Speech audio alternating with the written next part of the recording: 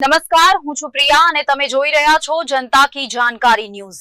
નજર કરીએ આજના સમાચાર ઉપર। ચૂડા પોલીસ મથકે ફરજ બજાવતા પોલીસ હેડ કોન્સ્ટેબલ રાજેશભાઈ મીઠાપરાએ ગોખરવાડા ગામની સીમમાં ઝેરી દવા ગટગટાવી જીવનનો આયખો ટૂંકાવ્યો।